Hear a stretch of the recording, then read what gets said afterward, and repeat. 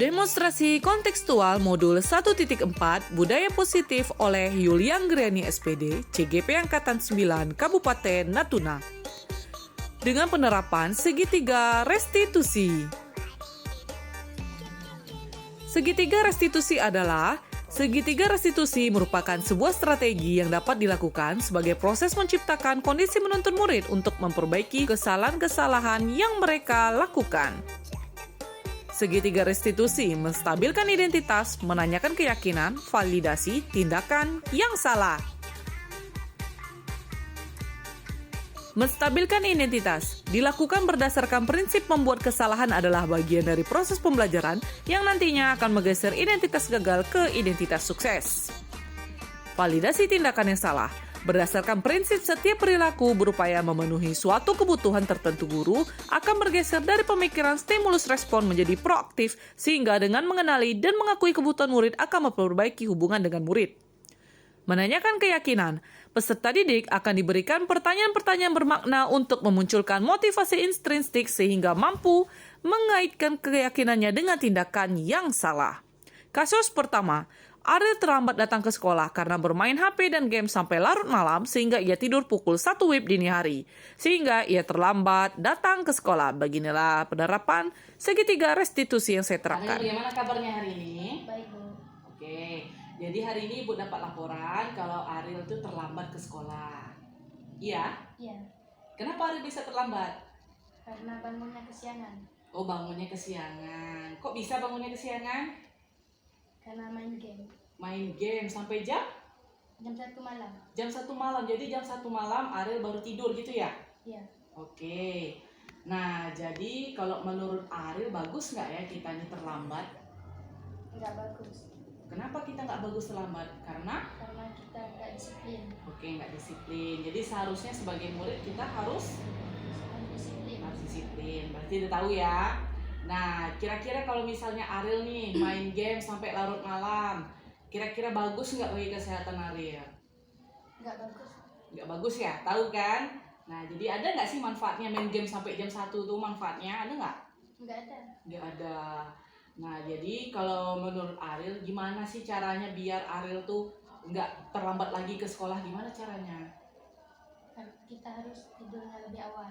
Berarti harus tidur lebih awal ya, nggak tidur sampai larut malam kan? Nah, jadi Ariel, karena Ariel sudah tahu gimana cara biar nggak terlambat, Ibu harapkan untuk kedepannya nanti Ariel tidak terlambat lagi. Karena dalam 1 bulan ini udah berapa kali coba terlambat? Nah, 3 kali. Ada 3 kali kan? Nah, jadi untuk kedepannya, nanti apa yang harus Ariel lakukan untuk kedepannya biar nggak terlambat? Harus apa tadi? Harus disiplin. Harus disiplin, tidak boleh terlambat lagi. Sampai situ tahu ya. Iya. Jadi untuk kedepannya nanti jangan terlambat lagi ya. Oke? Oke. Oke. Nama saya Ariel, kelas 9A dari SMP Negeri 1 Serasan Timur. Saya melanggar keyakinan kelas, yaitu terlambat datang ke sekolah, sehingga saya tidak disiplin. Seharusnya saya tidak tidur larut malam dan tidak main game berlebihan, sehingga kedepannya saya lebih disiplin lagi. Saya senang bisa bercerita dengan Ibu Yulia, selaku guru BK di sekolah saya. Kasus kedua, Nera, siswi kelas 8, marah-marah di kelas dengan teman sekelasnya karena teman sekelasnya mencontek PR matematikanya. Selain marah-marah, ia juga mencoret buku matematika milik Hafiz, teman yang mencontek PR matematikanya tersebut. Nera, bagaimana kabarnya hari ini? Alhamdulillah baik. Oke, jadi Ibu dapat laporan tadi kalau misalnya Nera ini tadi marah-marah di kelas. Kenapa? Karena ada salah satu teman kelas saya yang contek PR saya, Bu. Siapa? Al-Hafiz. Oh, kenapa dia bisa nyontek buku Nera? Karena tadi kan jam istirahat. Mm-mm. Istirahat ke kantin. Pas ke kelas, Al-Hafiz lagi nulis. Pas waktu itu saya cari buku saya hilang. Mm-mm. Terus dilihat ternyata Hafiz yang ambil nyontek PR Oh, PR apa yang dicontek Apis tadi? matematika. Matematika. Jadi Nera melihat Apis kalau dia tuh lagi menulis PR matematika yang Nera punya. Nah, terus habis itu apa yang Nera lakukan? Marah sama coret-coret buku Al-Hafiz. Oh, berarti buku PR Hafiz tadi Nera coret-coret lah apa yang dikerjakan Hafiz. Nah, habis itu Nera marah-marah sama Hafiz.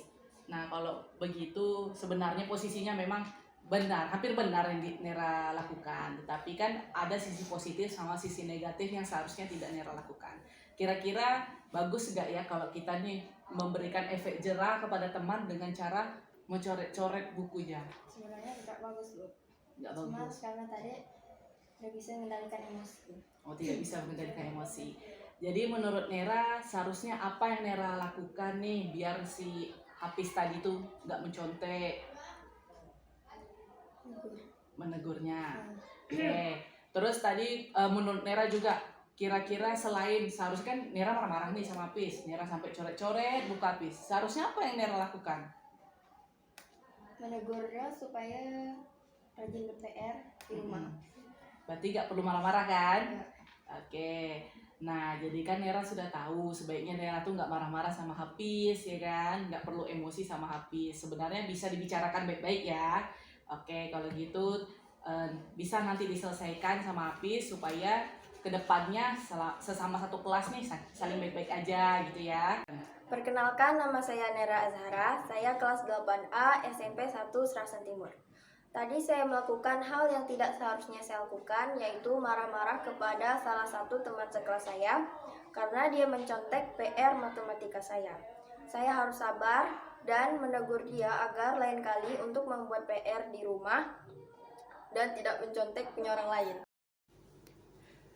Demikianlah, terima kasih. Salam guru penggerak, tergerak, bergerak, dan menggerakkan. Wassalamualaikum warahmatullahi wabarakatuh.